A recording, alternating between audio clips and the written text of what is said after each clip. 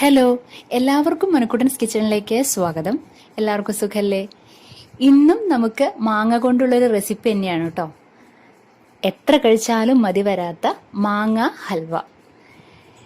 എത്ര കഴിച്ചാലും മതിയാവില്ല, അത് 100% ഉറപ്പാണ് കേട്ടോ. വളരെ എളുപ്പമാണ് ഉണ്ടാക്കാനായിട്ട്. മാങ്ങ നമ്മുടെ വീട്ടിലുള്ള ഇൻഗ്രീഡിയൻസ് വെച്ച് തന്നെ നമുക്ക് ഉണ്ടാക്കാവുന്നതാണ്. അപ്പോൾ ഞാൻ അതിന് വേണ്ടിയിട്ട് നല്ല പഴുത്ത 3 മാങ്ങ എടുത്തിട്ടുണ്ട്. അതിൻ്റെ സ്കിന്നെല്ലാം റിമൂവ് ചെയ്തിട്ട് ഞാൻ ചെറിയ കഷ്ണങ്ങളാക്കിയിട്ട് മിക്സിയിൽ അടിച്ച് അതിൻ്റെ പ്യൂരി എടുത്തു. കഷ്ണങ്ങളൊന്നും ഇല്ലാണ്ട് എടുക്കണം, നല്ല നൈസായിട്ട് വെള്ളം ചേർക്കാണ്ട് അരയ്ക്കണം. എന്നിട്ട് ഒരു 2 ടേബിൾ സ്പൂൺ കോൺഫ്ലോർ എടുത്തിട്ടുണ്ട്. അതിൽ കുറച്ച് ചൂടാറിയ വെള്ളം, ചെറിയ ചൂടോട് കൂടിയിട്ടുള്ള വെള്ളം ഒഴിച്ചിട്ട് അതൊന്ന് മിക്സ് ചെയ്തെടുക്കുകയാണ്. കട്ടകളൊന്നും ഇല്ലാണ്ട് മിക്സ് ചെയ്തെടുക്കാം.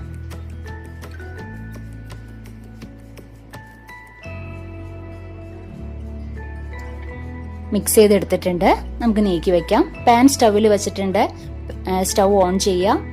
പാൻ ചൂടാവുമ്പോൾ നമുക്കതിലേക്ക് കുറച്ച് നെയ്യ് ഒഴിച്ചു കൊടുക്കാം. ഇത് ഞാൻ വീട്ടിലുണ്ടാക്കിയ നെയ്യാണ് കേട്ടോ. ഇത്തവണ ഉണ്ടാക്കിയപ്പോൾ ഞാൻ അരിച്ചെടുത്തില്ല, അതാണ് ആ കളർ കേട്ടോ ഇടയിൽ. അപ്പം നെയ്യൊന്ന് ഉരുകി വരുമ്പോൾ നമുക്ക് ആ മാംഗോ പ്യൂരി ഉണ്ടല്ലോ, മാങ്ങ നമ്മൾ ജ്യൂസാക്കി വെച്ചിട്ടില്ലേ വെള്ളം ചേർക്കാണ്ട്, അത് അതിലേക്ക് ഒഴിച്ചു കൊടുക്കാം.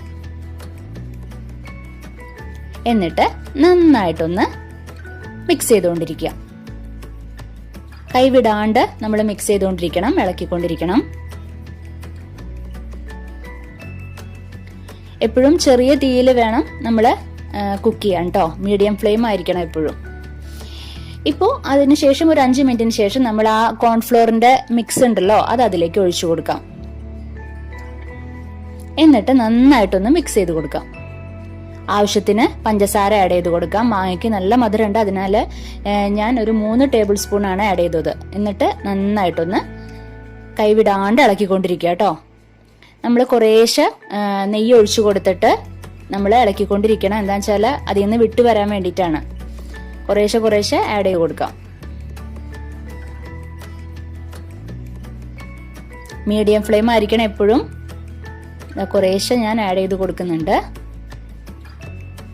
എന്നിട്ട് ഞാൻ കാഷ്യൂനട്ട്, അണ്ടിപ്പരിപ്പാണ് ക്രഷ് ചെയ്ത് വെച്ചിരിക്കുന്നതാണ്, അതും അതിൽ കൂടെ ആഡ് ചെയ്ത് കൊടുക്കുകയാണ്. എന്നിട്ട് നന്നായിട്ടൊന്ന് ഇളക്കിക്കൊണ്ടിരിക്കുകയാണ് കേട്ടോ.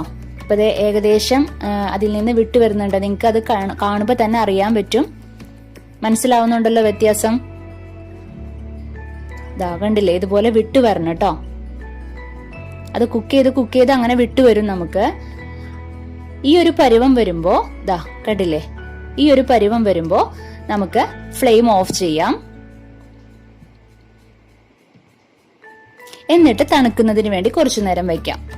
എന്നിട്ട് ദാ ഇതുപോലൊരു നമുക്കൊന്ന് സെറ്റ് ചെയ്യണ്ടേ, അതിൽ കുറച്ച് നെയ്യ് ഒഴിച്ചിട്ടൊന്ന് ഗ്രീസ് ചെയ്തിട്ടുണ്ട്. എന്നിട്ട് നമുക്ക് നമ്മുടെ ഹൽവ റെഡിയാക്കാനായിട്ട് അതിലേക്ക് ഒഴിച്ചു കൊടുക്കാം. എന്നിട്ട് സ്പൂൺ വെച്ചിട്ട് ഒന്ന് സെറ്റ് ചെയ്യാം. സ്പൂണുമ്പോൾ കുറച്ച് നെയ്യ് പരറ്റി കഴിഞ്ഞിട്ടുണ്ടെങ്കിൽ ഒട്ടിപ്പിടിക്കാണ്ട് നമുക്ക് ഇതുപോലെ നന്നായിട്ടൊന്ന് സെറ്റ് ചെയ്യാൻ പറ്റും. നമുക്ക് അടച്ചു വെക്കാം. ഒരു 4 മണിക്കൂർ അങ്ങനെ ഇരിക്കട്ടെ കേട്ടോ. നന്നായിട്ടൊന്ന് തണുക്കട്ടെ, അപ്പൊ ഒന്ന് സെറ്റായി കിട്ടും. ഇതാ സെറ്റ് ആയിട്ടുണ്ട്. ഫ്രിഡ്ജിലൊന്നും വെക്കേണ്ട കാര്യമില്ല കേട്ടോ, വെളിയിൽ തന്നെ വെച്ചാൽ മതി. സെറ്റായി കിട്ടിയിട്ടുണ്ട്. നമുക്കിത് മുറിച്ച് നോക്കാം.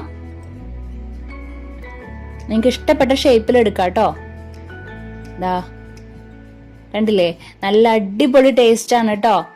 എല്ലാവർക്കും ഇഷ്ടപ്പെടും, കുട്ടികൾക്കും എല്ലാവർക്കും ഇഷ്ടപ്പെടും. നിങ്ങൾ വീണ്ടും ഉണ്ടാക്കും ഇത് മാംഗോ ഹൽവ. അപ്പൊ നിങ്ങൾക്ക് ഇഷ്ടപ്പെട്ടു എന്ന് വിചാരിക്കണു ഈ റെസിപ്പി. അപ്പൊ നമുക്കിനി അടുത്ത എപ്പിസോഡിൽ വീണ്ടും കണ്ടുമുട്ടാം. Okay, bye, thank U.